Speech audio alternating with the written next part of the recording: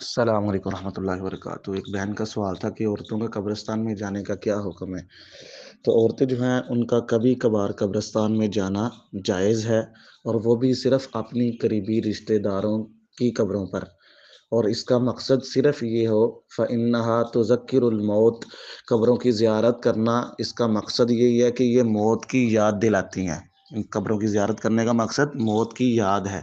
عائشہ رضی اللہ تعالیٰ عنہ ایک دن اپنے بھائی عبد الرحمن بن ابی بکر کی قبر سے واپس آ رہی تھی، تو پوچھا گیا ان سے، ام المؤمنین نبی صلی اللہ علیہ وسلم نے عورتوں کو منع نہیں کیا قبرستان میں قبروں کی زیارات کرنے سے؟ تو عائشہ رضی اللہ تعالیٰ عنہ نے جواب دیا تھا کہ پہلے آپ علیہ الصلوۃ والسلام نے منع کیا تھا، بعد میں اجازت دے دی تھی۔ اور اسی طرح ایک عورت قبر کے پاس بیٹھی ہوئی تھی، نبی علیہ الصلوۃ والسلام اس عورت کے پاس سے گزرے تو آپ علیہ الصلوۃ والسلام نے اسے فرمایا اتق اللہ وصبری، تو اللہ سے ڈر اور تو صبر کر۔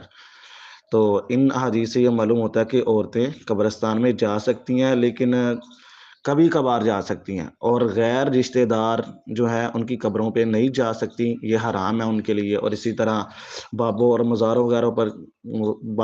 مزاروں وغیرہ پر جانا یہ بھی عورتوں کے لیے جائز نہیں ہے بلکہ حرام ہے۔ واللہ اعلم بالصواب۔